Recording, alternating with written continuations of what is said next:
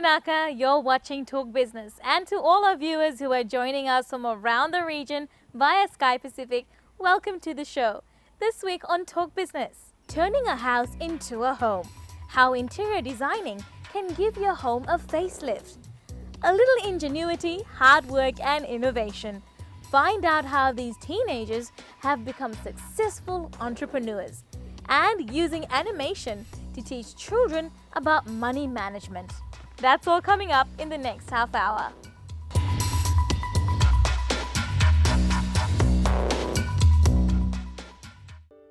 When it comes to interior designs, it's all about making your house a home.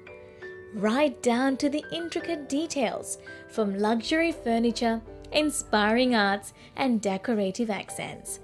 Whether it's applying creative and technical solutions, funky colors, or using home decor that brings out warmth, it's really all about a homely lifestyle experience that's welcoming and easy on the eye too.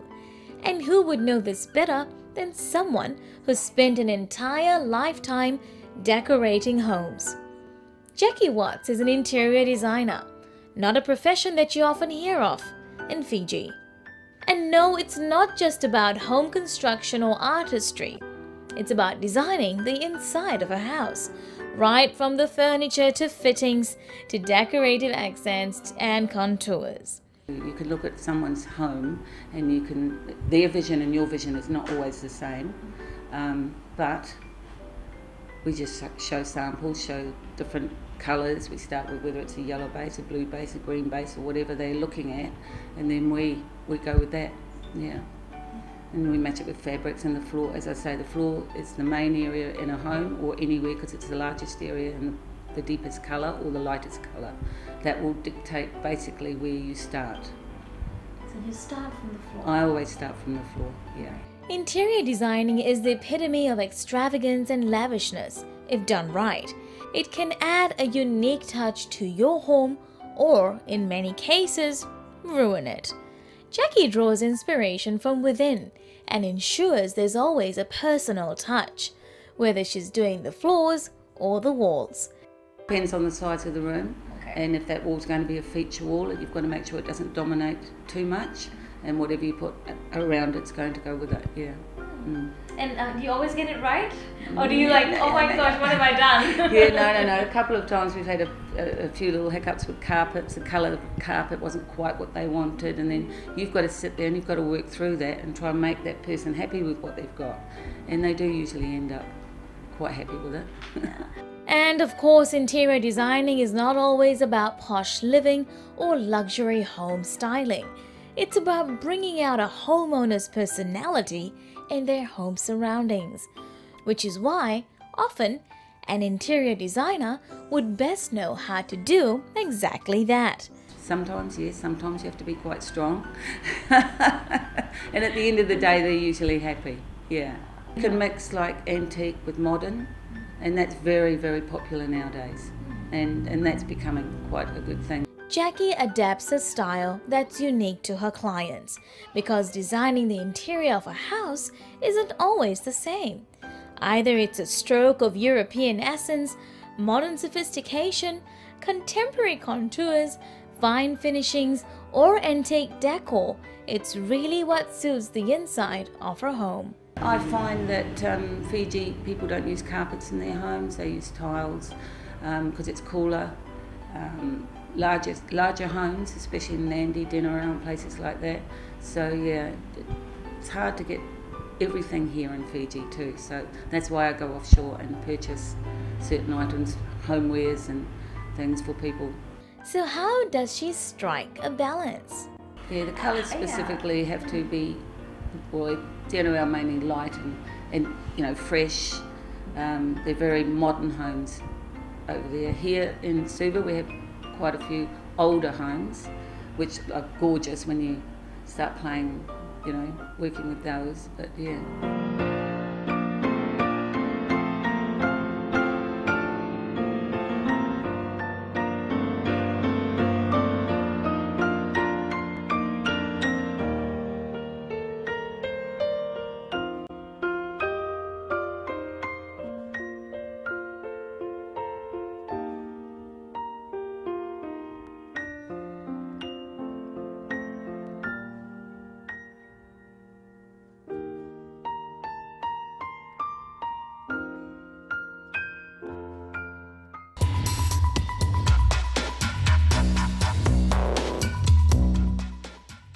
Now, how often do you hear of teenagers running a small successful venture, that too while still in high school?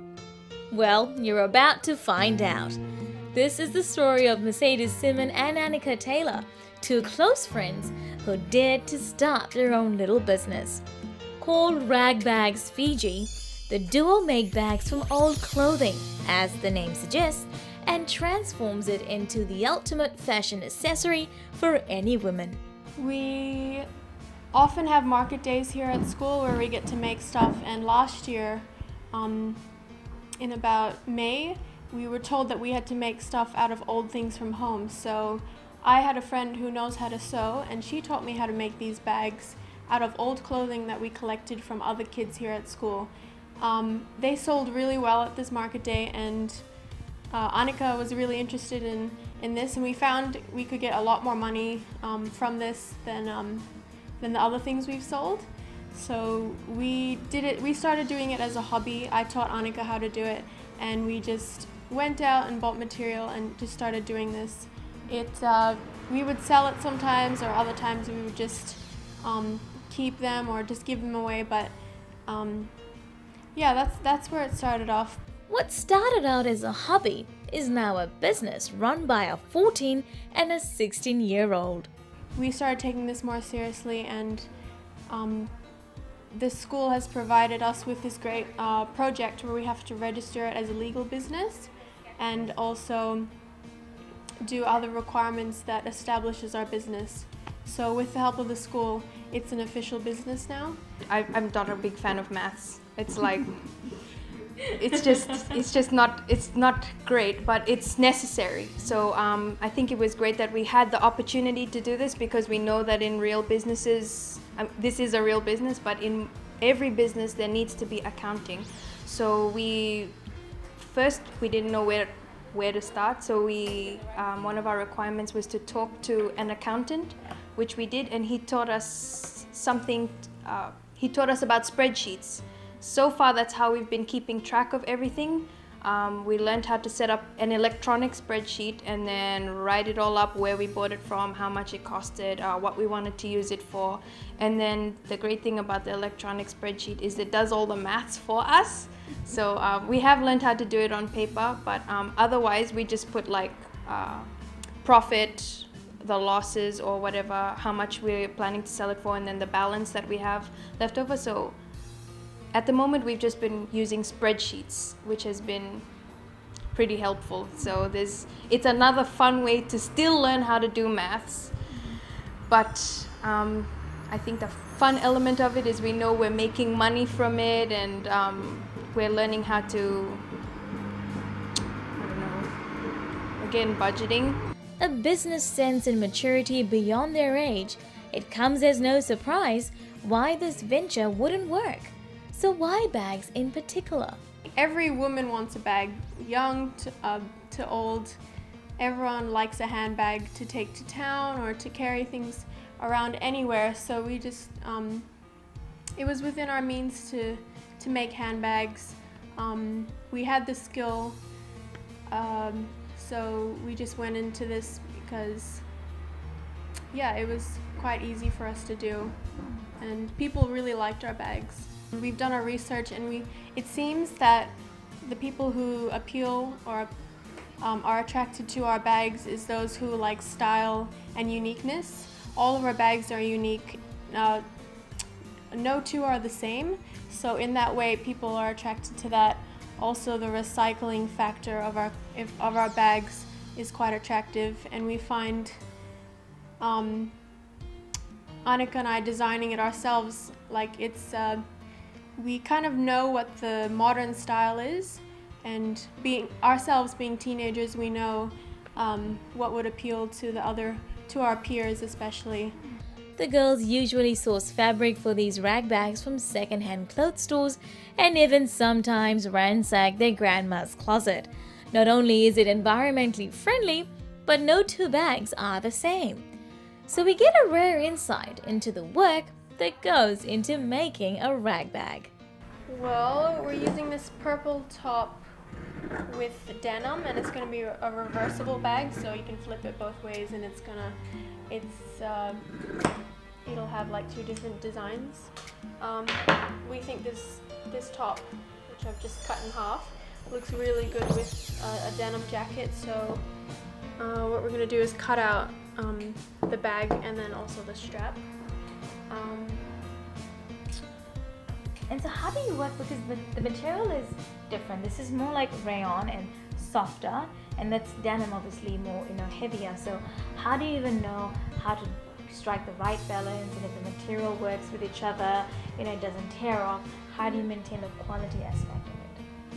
Firstly, we sort of just feel it and we can know if it's strong or not.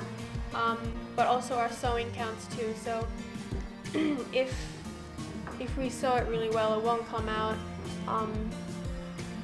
This is quite strong, and denim, if you put anything with denim it usually lasts. So we try our best to use really strong materials. So what I've had to do is cut the top down the middle so that I can maximize the material, because there isn't much at all here. And I can't do anything about that because this is just a top. So I just cut it on one side, and then I have to cut out the templates. You can't get it wrong, I guess. Otherwise we will try and fix it if it's a big mistake. Well, you just need to your brain needs to be switched on to what you're doing. I often make mistakes while cutting, and that's just a waste of the material. So you got to be really careful with clothing. Yeah. But like all businesses, there will always be challenges. For these innovative teenagers, it's about learning the ABCs of running a business. Whether it's budgeting their funds, sourcing raw materials, doing up their accounts, or meeting deadlines. So far, we've been really blessed to have the help of our parents who have their own businesses or have experience in the business world. They've given us a lot of advice. We also have other people helping us, but that doesn't mean to say we don't make any mistakes and we rely upon them. We have to do do our banking and accounting ourselves, talk to accountants. It's all really a good learning experience for us. So if we make mistakes, we just have to learn from it, and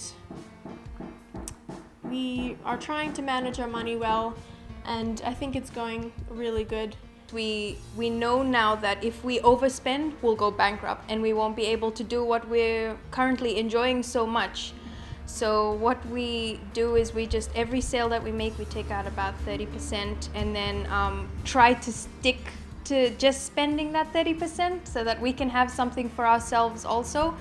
Otherwise, since Mercedes and I just really enjoy making bags, we just go out to all the shops and then, buy, and then we come and look at everything that we have left. And we're like, oh, looks like there's no salary for us this week. So that has happened a few times, and I think over the weeks we've been learning that, okay, if we want to, have something for ourselves, that we can go out into town occasionally and, do some clothes shopping like normal girls. And now to the almost finished product. These are the remains of our this man shirt, denim man shirt. You can see how much we've used. We've just used, for this bag here, we've just used the sleeves. If you've seen before, it was a long sleeve shirt, so that's what is really great about this shirt, that it was long sleeved, and then we can use this material here, the rest of the body, for another bit in the bag. We took out one pocket, which is sort of severed off here, and has been sewn onto our other bag. Yeah, so this is the flip side of this reversible bag. So it's reversible, so it means you can't wear it any wrong way, but you can flip it both ways. One side will be this denim, and the other will be this purple, and we put the pocket on this purple side. Just to make it more interesting. Yeah. And this is the remains of that purple top, so there wasn't much material on this, but we've tried to save as much as we can for future bags. For Mercedes and Annika, Ragbags Fiji is more than just a business. It's passion and a drive to be creative and innovative. Girls at their age are either out shopping, hanging out with their friends, or busy on social media.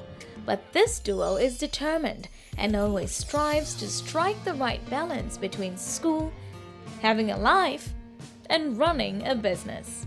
It's definitely a challenge for both of us. We have a lot of other stuff very, very busy besides our business. One of the great things about being in Form 5 here at MIS is that we make up our own timetable. So the school gives us requirements. You know, you have to get this done by this date, and you can do whatever you want as long as you get these done.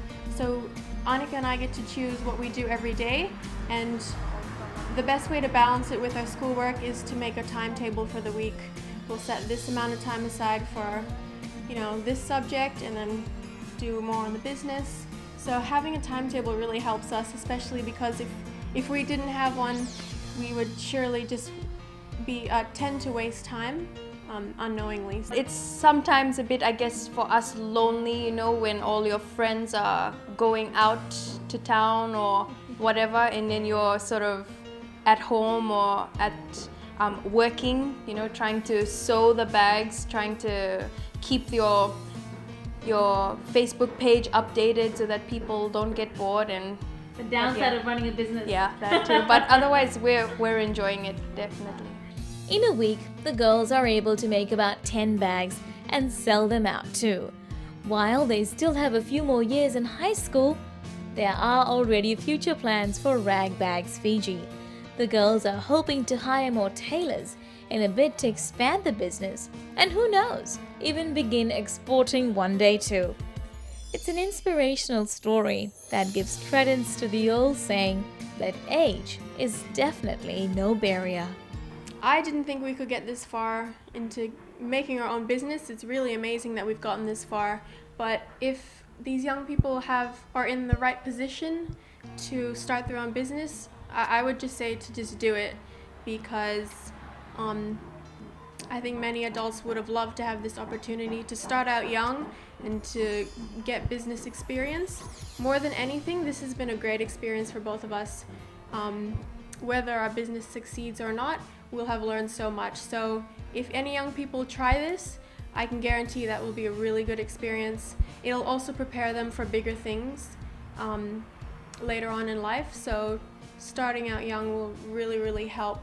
I think that everyone has a chance. They might not have the same opportunities as Mercedes and I, where we've had a great school to support us, where we've had lots of supporting family and friends, but there's definitely something that around them, or something that they like to do, which I think will be able to create a livelihood for them, or which would be just different, you know. It would really give them a head start, just to open up their mindset and to look outside the box. So yeah, I would just encourage young people just to go for it,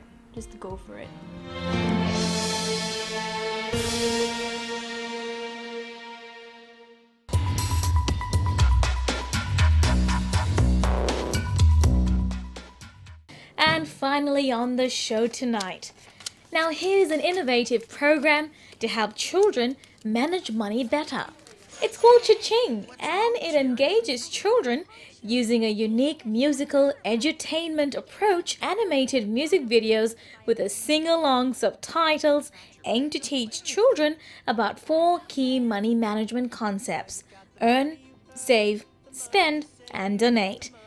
An initiative of the Pacific Financial Inclusion Program and the Ministry of Education, the animated children's television program will feature music videos on Fiji Television's Get Set program from next week. Prudential Asia is one of Asia's largest financial firms, and through their Prudence Foundation have developed Cha-Ching, which is an internationally acclaimed program through which, or means of edutainment through which you're doing education and entertainment at the same time. It's particularly geared at children that are 7 to 12 years of age, but through the showing of Cha-Ching, studies have shown that it impacts across a broad broad age group. So it has been beneficial to children in Asia. It's all about a fusion of entertainment and education. After all, what better way to learn about money management than using cartoons? The idea behind the program is to begin awareness on financial literacy from a younger age. Financial education has been a very exciting initiative that we've been working on. It's provided us with a lot of insights and also helped with, we've been quite excited about the learning that we observe in the classroom. We are particularly excited about the new Cha-Ching initiative because it brings about a support mechanism for what's happening in the classroom. So through Cha-Ching, which is a 6-member band, of an animated 6-member band, what you will find is learning on earn, save, spend and donate, which mirror very closely the three concepts that are the basis for most of the financial education learning in Fiji. Since 2013, around 197,000 students within Fiji's school system have been exposed to money management under the school curriculum, which has been a collaborative effort. In 2012, Fiji TV and Prudential Asia partnered as well to bring 10 music videos to Fiji screens. In 2014, the partnership will bring 16 music videos. The most recent was released 2 days ago. And we're really excited to be bringing cutting edge, the latest, to Fiji screens in support again of financial education. In the future, we envisage that FinEd will become an integrated, an essential component of the Ministry of Education's program, and we're very excited that the Ministry is very actively behind this program and driving it at the forefront. We see financial education will become a very important part, but also an essential part, that you will no longer be able to discern between financial education and what might be social studies and maths. Fiji Television says it's encouraging to see education-based programs aimed towards promoting financial responsibility, adding it's proud to be promoting financial education to children. The program will also be broadcasted across the Pacific.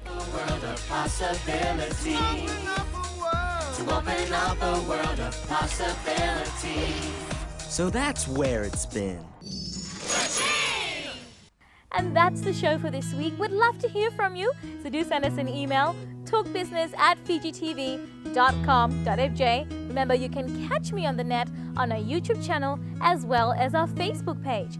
And if you have a Twitter account, follow me at Rachna Fiji TV. Thank you for joining us. Do join us again at the same time next week. Until then, have a productive week.